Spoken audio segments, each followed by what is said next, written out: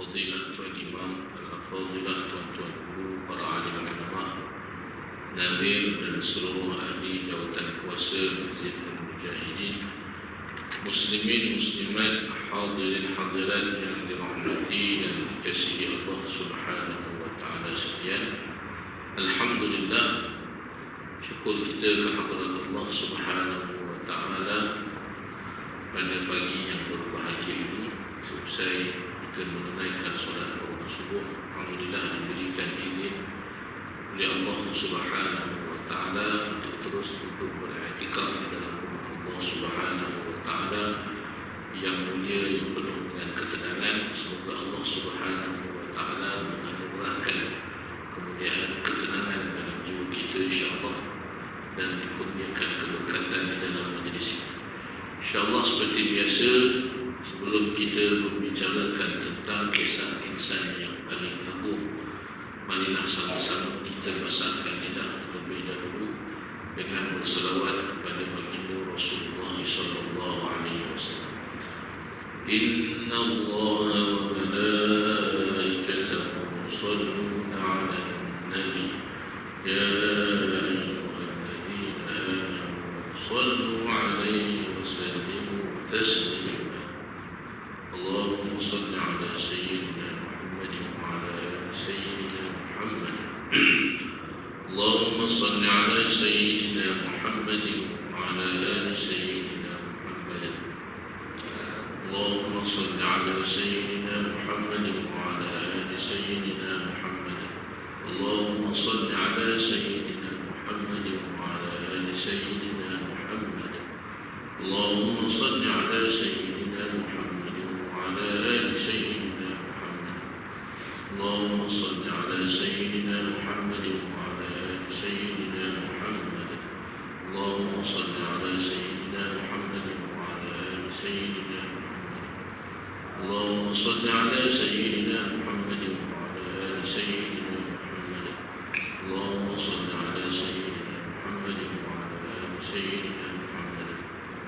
اللهم صل على سيدنا محمد وعلى آل سيدنا محمد. اللهم صل على سيدنا محمد وعلى آل سيدنا محمد. اللهم صل على سيدنا محمد وعلى آل سيدنا محمد. Alhamdulillah, mudah-mudahan selawat yang dimanjatkan kepada Nabi sallallahu alaihi wasallam itu diterima Allah Subhanahu wa taala insyaallah. Amin ya rabbal alamin. Menerusi kitab Rahiqul Makhtum karangan Syekh Safiyur Rahman Al-Mubarakfuri rahimahullah ta'ala wa nafa'ana Allah bi'ulumihi fid darain amin.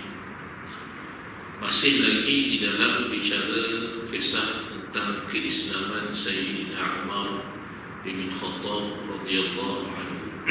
Dan yang terakhir dalam perbincangan kita pada kuliah yang lalu, bagaimana akhirnya Sayyidina Umar bin Khattab radhiyallahu anhu dia telah mengucap dua kalimah syahadah di hadapan baginda Rasul sallallahu alaihi wasallam di Bukit Safa, sehingga kan kedengaran suara takbir bergema di rumah ataupun takbir itu dapat didengari di sekitar orang-orang yang berada di Masjidil Haram. Nak menunjukkan betapa gembiranya sahabat-sahabat ini dengan keislaman Sayyidina Umar bin Khattab radhiyallahu anhu, dan membuktikan dan menunjukkan bahawasanya doa Rasulullah sallallahu alaihi wasallam itu dimakbulkan oleh Allah Subhanahu wa taala. Kerana antara yang telah kita bincangkan pada kuliah yang lalu, bahawasanya Islam Sayyidina Umar Al-Khattab radhiyallahu anhu adalah sebabnya kerana doa Nabi sallallahu alaihi wasallam, dan yang keduanya kerana Al-Quran Al-Karim yang didengar dan juga yang dibaca oleh Sayyidina Umar bin Khattab radhiyallahu anhu. Sememangnya itulah mukjizat Al-Quran Al-Karim, mampu melembutkan hati yang keras sebagaimana kerasnya hati Sayyidina Umar sebelum Islamnya, betapa beliau ini sangat membenci Nabi sallallahu alaihi wasallam dalam saat ketika tujuannya ingin membunuh Nabi SAW, tetapi dengan berkat Al-Quran Allah Subhanahu wa Ta'ala memberikan kepada petunjuk daripada sisinya, bahkan sehingga bila mana Islamnya menjadi dia orang yang benar-benar bertakwa kepada Allah Subhanahu wa Ta'ala dan menjadi orang yang benar-benar mentaati akan baginda Rasul sallallahu alaihi wasallam. Jadi ini adalah menunjukkan kemuliaan yang ada pada Al-Quran Al-Karim. Al-Quran ini dia memang mampu menghidupkan jiwa yang mati. Bahkan disebutkan pada surah Al-Hasyr satu ayat yang sangat masyhur, biasa dibacakan akan ayat tersebut yang bermaksud kalaulah kami, yakni Allah Ta'ala menurunkan Al-Quran ini ala jabal, pada gunung. Law anzalna hadzal Qur'an ala jabal, seandainya kalaulah kami menurunkan Al-Quran ini kepada gunung, yang mana sifat gunung ni sebagaimana yang kita sedia maklum, dia besar dan dia juga keras gunung benang ni tuan-tuan. La ra'aitahu khashi'an, nescaya kau akan melihat gunung tadi tunduk, mutasaddi'an, berkecah min khasyatillah, kerana takut kepada Allah Subhanahu wa Ta'ala. Maka Pak Hamka di dalam tafsir Al-Azhar membawakan kisah bagaimana Sayyidina Umar bin Khattab radhiyallahu anhu pada peristiwa keislamannya, bagaimana digambarkan hatinya sebelum Islam dan juga setelah dia memeluk agama Islam. Demikianlah gambaran gunung yang kalau padanya diturunkan Al-Quran. Demikian juga hati manusia. Jadi sekeras mana pun hati manusia itu insya-Allah mampu dihidupkan kembali dengan izin Allah Subhanahu wa Ta'ala dengan berkat Al-Quran Al-Karim. Jadi tuan-tuan muslimin, para jemaah sekalian, Sayyidina Umar bin Khattab radhiyallahu anhu ialah seorang yang tegas dan alam kepala. Ini memang sikap dia. Ini memang dia punya sikap yang ada pada Sayyidina Umar, seorang yang sangat tegas. Sebelum Islam macam tu, begitu juga semasa Islam. Subhanallah. Jadi apabila keislamannya telah menimbulkan rasa kehinaan di kalangan orang-orang musyrikin, sementara orang-orang Islam mula merasai kekuatan, kemuliaan dan kegembiraan apabila Islamnya Sayyidina Umar bin Khattab radhiyallahu anhu. Dan inilah kelebihan apabila yang masuk Islam itu adalah seorang yang ada pengaruh dia, seorang yang ada kekuatan pada tersendirinya, maka ianya sekaligus membawa kelebihan kepada agama Islam itu sendiri. Ibnu Ishaq meriwayatkan dengan sanad daripada Umar bin Khattab radhiyallahu anhu, katanya, setelah aku masuk Islam, aku cuba mengingat siapakah orang Mekah yang paling hebat menentang Rasulullah sallallahu alaihi wasallam. Jadi bila Sayyidina Umar bin Khattab radhiyallahu anhu telah masuk agama Islam, dia pun bertanya pada diri, siapakah orang yang paling kuat membenci dan memusuhi Nabi sallallahu alaihi wasallam. Kalau sebelum Islam dia antaranya lah, dia antaranya lah yang kuat membenci dan memusuhi Nabi SAW. Tapi setelah Islamnya dia tanya pada diri, siapa yang paling kuat. Jadi dia pun berkata, tengah cari jawapan, kemudian dia menjawab, aku berkata Abu Jahal, Amr bin Hisham. Memang dua orang ni yang didoakan Rasulullah SAW. Dan bahkan memang sebelum Islam Sayyidina Umar pun, memang dia dua orang ni yang paling kuat benci dan memusuhi Rasulullah sallallahu alaihi wasallam. Jadi kenal-kenal Abu Jahal. Wallahu a'lam. Tuan-tuan, kalau dalam banyak riwayat kisah Sayyidina Umar ni, ada dia menyeksa orang Islam tadi, tapi dia berhadapan dan juga menyakiti Nabi SAW itu tak jumpa lagi lah. Tapi Abu Jahal itu memang banyak kisah. Abu Jahal dia menyakiti, bahkan usaha untuk membunuh Nabi SAW pun ada. Banyak peristiwa Abu Jahal dan cuba untuk menyakiti Rasulullah SAW, termasuk dalam peristiwa Islam Sayyidina Hamzah bin Abdul Muttalib radhiyallahu anhu. Jadi bila dia sebut Abu Jahal, lalu aku datang pergi rumah Abu Jahal dan datang mengetuk pintu rumahnya. Kalau orang lain masuk Islam, sebolehnya bersembunyi, tak payah bagi tahu siapa-siapa. Bahkan yang paling jangan dibagi tahu Abu Jahal ni. Kalau dia tahu orang masuk Islam akan disiksa. Kalau orang itu daripada kalangan hamba akan disiksa dengan siksaan yang sangat memerikkan, sebagaimana yang berlaku kepada keluarga Yasin pada Sumayyah, sehingga syahid menjadi orang yang pertama syahid di jalan Allah Subhanahu wa taala. Memang siksaan yang dahsyat. Bahkan kepada orang yang berpengaruh pun dia tidaklah sampai disiksa, tetapi akan dihukumnya, bahkan akan dipulangkan orang itu. Jadi kalau boleh masuk Islam, jangan bagi tahu siapa-siapa, terutamanya penjahat, jangan begitu. Tapi luar biasanya Sayyidina Umar bin Khattab radhiyallahu anhu, nak sebutkan berani yang Sayyidina Umar bin Khattab radhiyallahu anhu, yang ni dia cari Abu Jahal. Bila dia masuk Islam, dia tertanya-tanya siapa yang paling kuat memusuhi Nabi SAW. Dia pun tengok-tengok Abu Jahal, pergi rumah Abu Jahal, diketuknya rumah, pintu rumah Abu Jahal. Lalu dia pun keluar kepada Abu Jahal, pun keluar sambil berkata, selamat datang, apa tujuanmu kemari? Tanya Abu Jahal kepada Sayyidina Umar ibn Khattab radhiyallahu anhu. Jawab Umar kepada Abu Jahal ni, aku datang untuk memberitahumu bahawasanya aku telah beriman dengan Allah Subhanahu wa taala dan Rasulnya Muhammad sallallahu alaihi wasallam, dan aku mempercayai apa yang dibawanya. Istihad terus depan Abu Jahal. Ini menunjukkan keberanian, berani itu.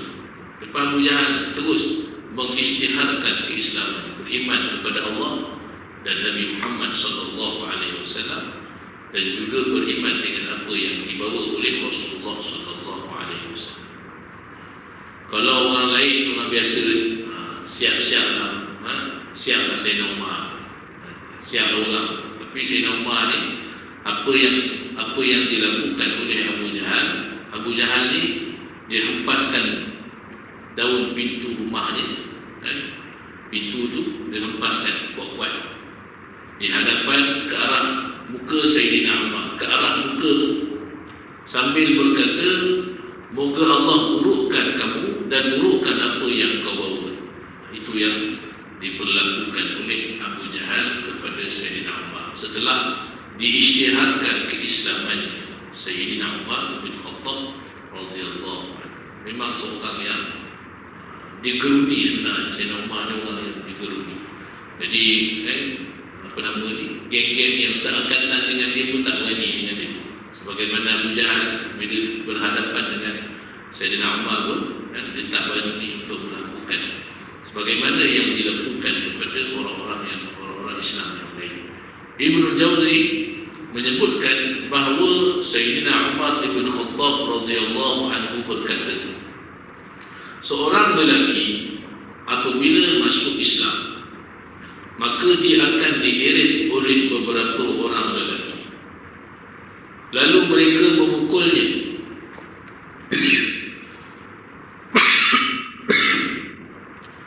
dan dia memukul mereka.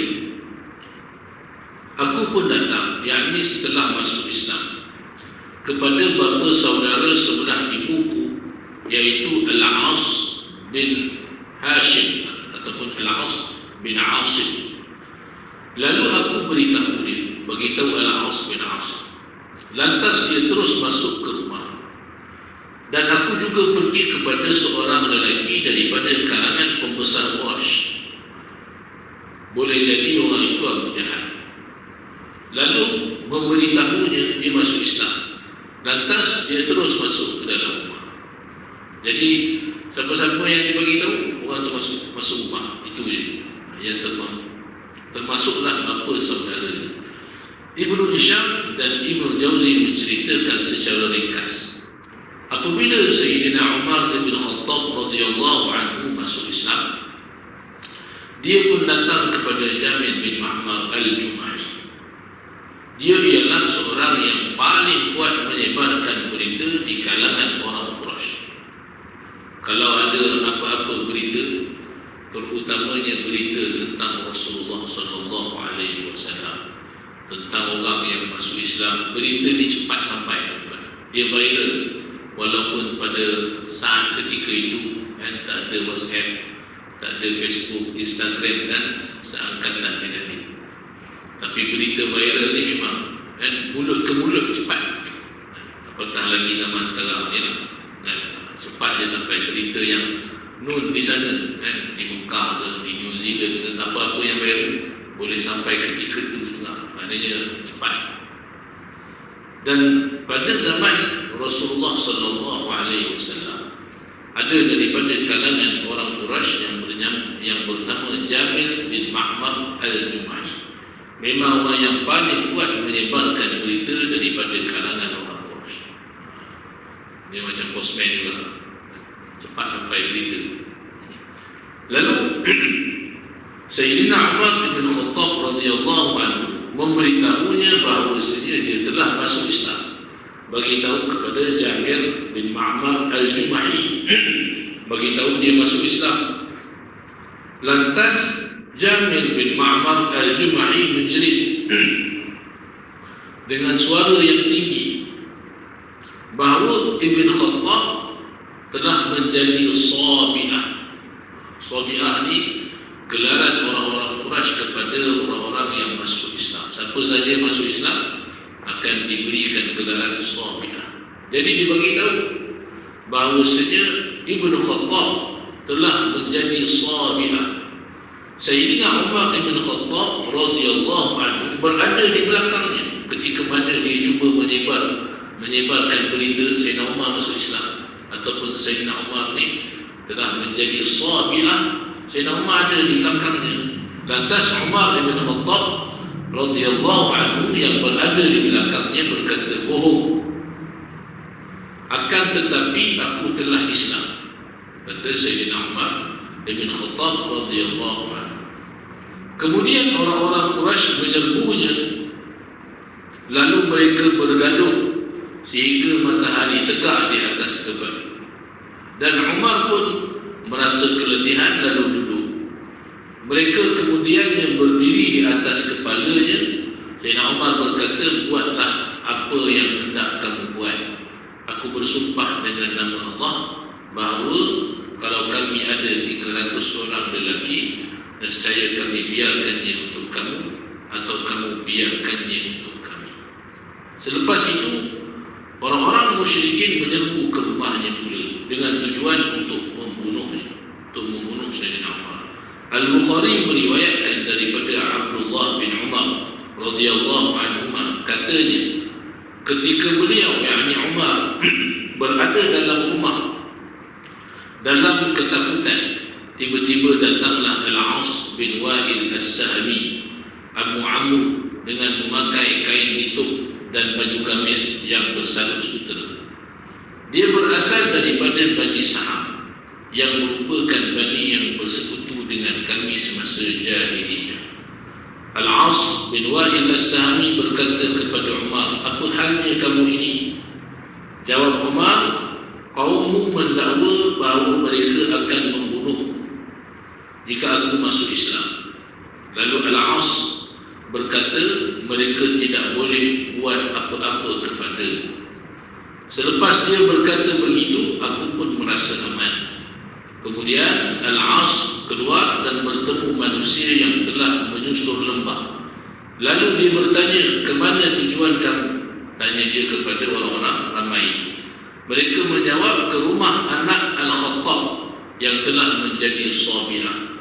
Rupanya nak pergi rumah Sayyidina Umar. Al-As berkata, kamu tidak boleh buat apa-apa kepadanya, kata Al-As kepada mereka. Lalu mereka pun terus berpatah balik. Dalam riwayat Ibnu Ishaq, demi Allah, ketika itu mereka kelihatan bagaikan satu pakaian yang ditanggalkan. Dengan satu suara daripada Al-As bin Wa'il As-Sahmi, lalu mereka terus patah balik. Tak jadi mencari Sayyidina Umar bin Khattab radhiyallahu anhu. Apa yang telah disebutkan berkaitan keislaman Sayyidina Umar bin Khattab radhiyallahu anhu itu ialah dengan melihat kepada reaksi orang-orang musyrikin.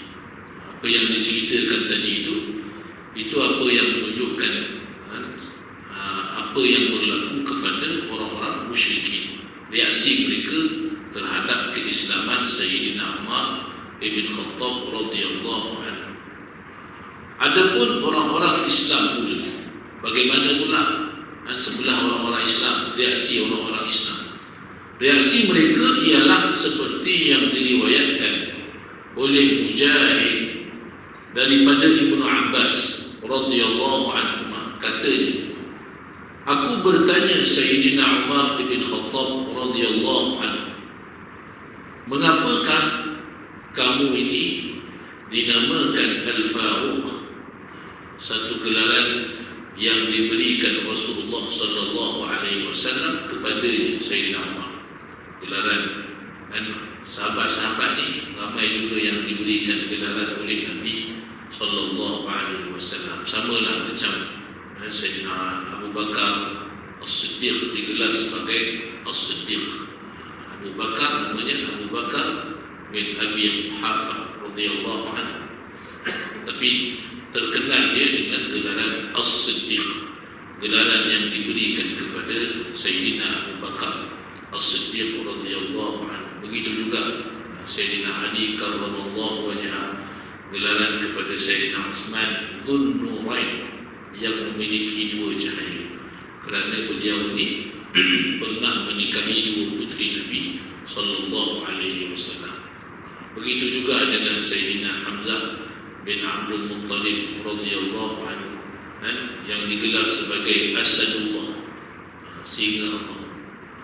Jadi banyaklah sahabat-sahabat ni yang diberikan gelaran-gelaran menunjukkan kemuliaan dan juga kehebatan mereka. Adapun Sayyidina Umar, dia terkenal dengan gelaran Al-Faruq, gelaran Al-Faruq. Jadi sahabat ni bertanya kepada Sayyidina Umar, macam mana kamu diberikan ataupun dinamakan dengan Al-Faruq? Jawabnya, Sayyidina Hamzah bin Abdul Muttalib radhiyallahu anhu masuk Islam 3 hari sebelum aku. Kata Sayyidina Umar, kisahnya Sayyidina Hamzah ni masuk Islam 3 hari sebelum dia masuk Islam. Kemudian dia pun menceritakan kisah keislaman, bagaimana dia Islam. Dan di ujungnya dia menyebutkan, aku berkata, yakni ketika aku telah masuk Islam, dia jumpa Nabi sallallahu alaihi wasallam dan berkata kepada Rasulullah sallallahu alaihi wasallam, wahai Rasulullah sallallahu alaihi wasallam, bukankah kita ini di pihak yang benar jika kita mati dan juga hidup? Bukankah kita di pihak yang benar sama ada kita mati ataupun hidup? Memang benar, sama ada orang Islam ni dia betul-betul berada pada jalan yang benar, sama ada dia hidup ataupun dia mati. Selagi mana berada dia pada jalan agama Allah Subhanahu wa ta'ala, perjuangannya di atas jalan agama Islam, walaupun sepayah mana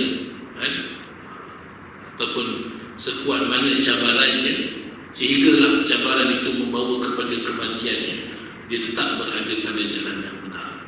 Ini perjuangan pada jalan agama Allah Subhanahu wa ta'ala. Sama ada hidup ataupun mati, tetap dia berada pada jalan yang diridhai Allah Taala, jalan yang benar. Tanya Sayyidina Umar Al-Khattab radhiyallahu anhu, bukankah kita di pihak yang benar jika kita mati dan hidup? Tanya Sayyidina Umar kepada Rasulullah sallallahu alaihi wasallam. Jawab baginda Rasul sallallahu alaihi wasallam, bahkan demi diriku yang berada dalam kekuasaan, sesungguhnya kamu berada di pihak yang benar, sama ada mati ataupun hidup.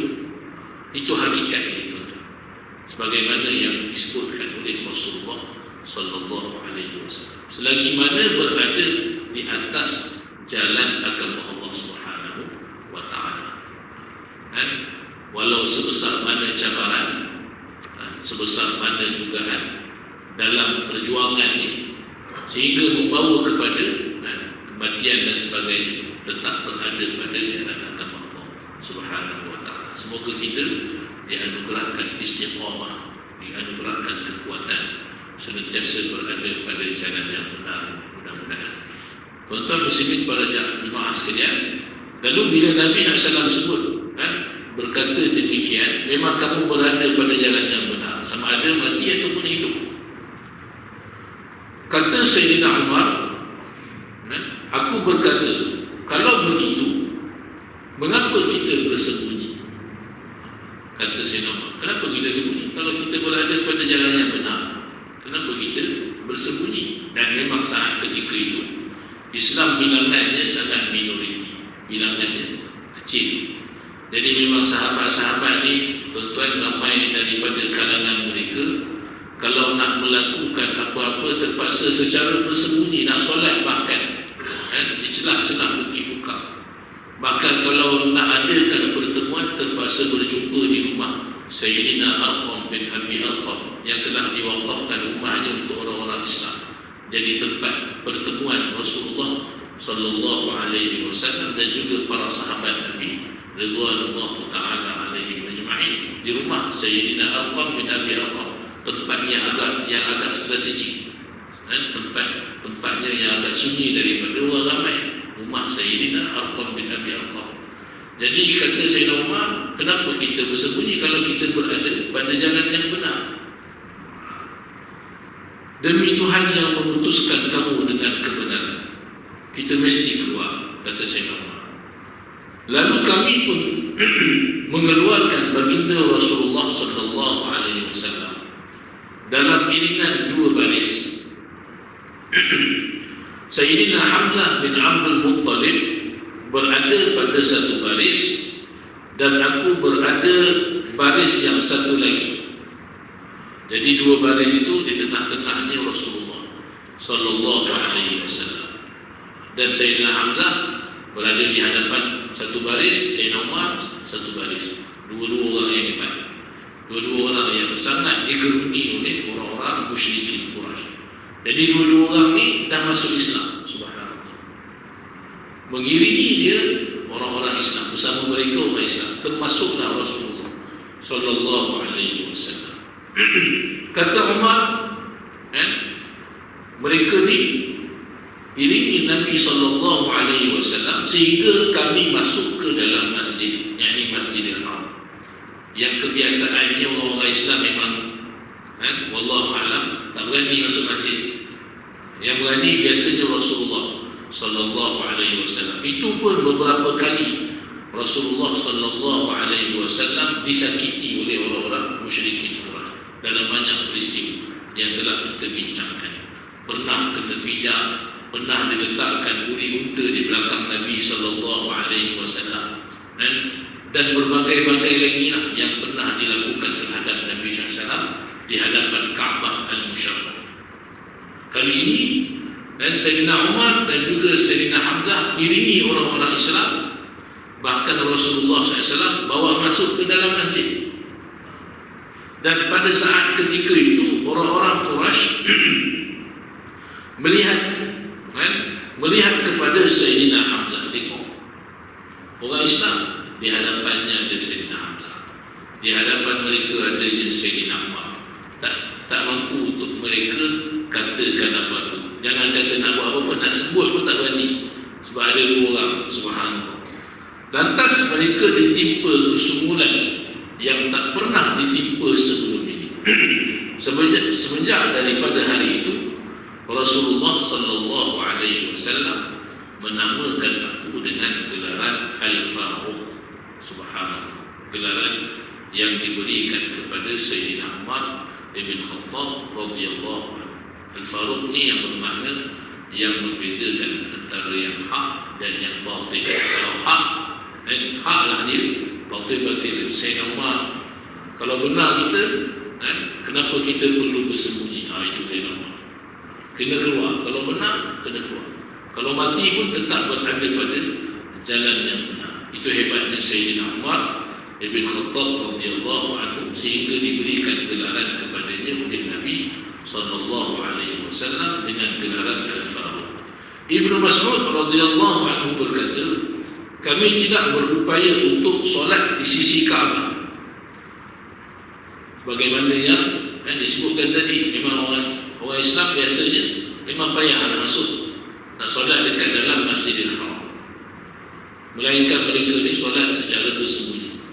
Memang kami tidak berupaya untuk solat di sisi Kaabah, melainkan setelah Islamnya Sayyidina Umar. Sayyidina Umar masuk Islam, baru ada peluang, baru ada kesempatan untuk solat di sisi Kaabah Al-Musharrafah.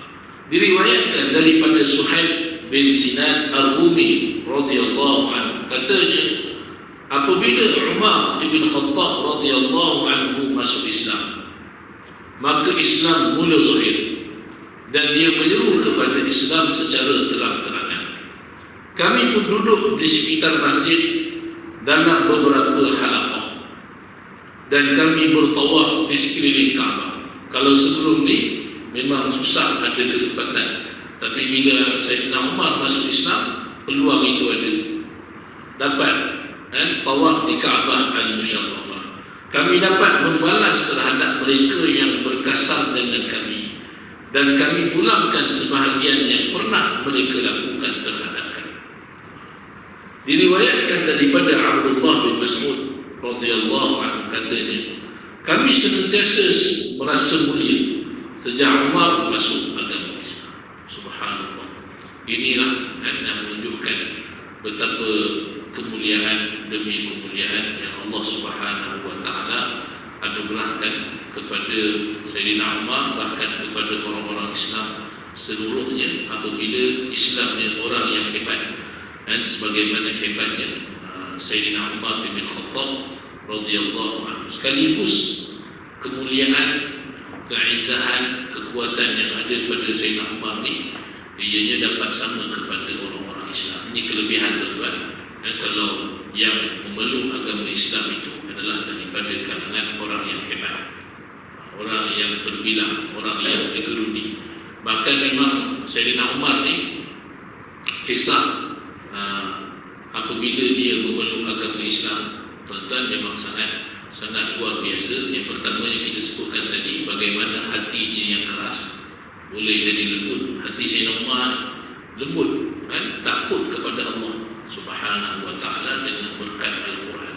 Kalau semasa sebelum Islamnya, kerasnya itu sampai benci nak bunuh Nabi SAW.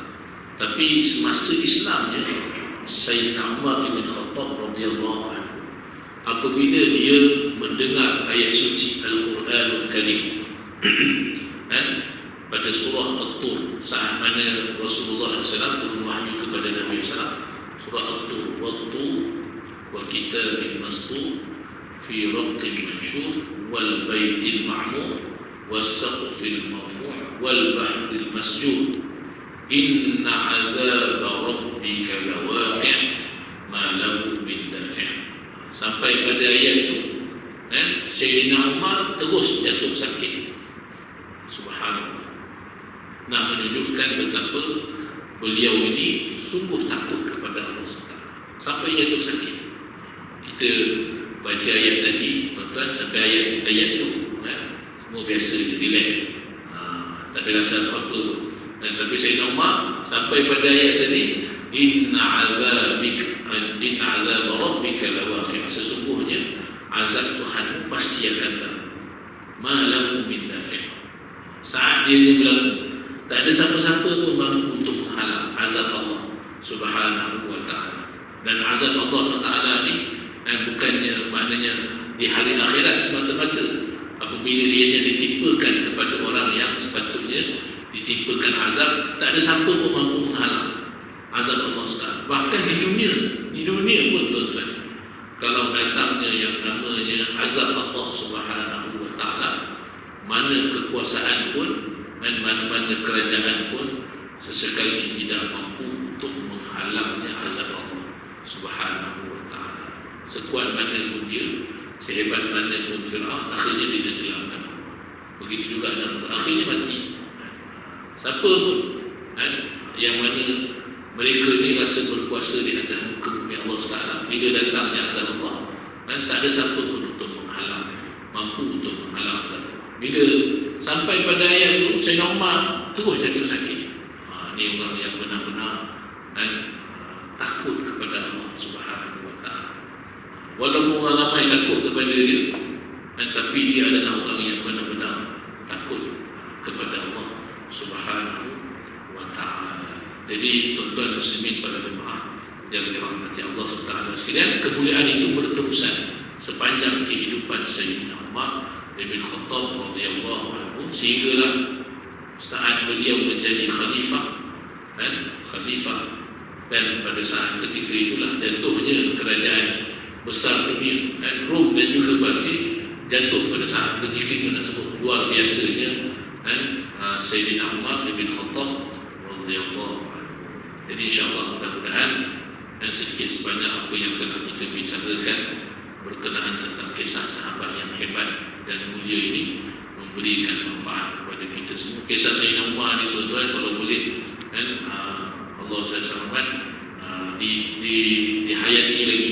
Ini baru tentang kisah keislaman. Dia banyak lagi kisah kemuliaan dan juga kehebatan ini. Itu tuan-tuan boleh cari, boleh pelajari lagi tentang kisahnya yang hebat dan mulia. InsyaAllah mudah-mudahan memberikan kekuatan, semangat kepada kita semua insyaAllah untuk meneladani selain daripada kita menghayati dan juga meneladani kisah Rasulullah sallallahu alaihi wasallam, kita juga menghayati kisah para sahabat baginda radhiyallahu taala alaihi ajma'in.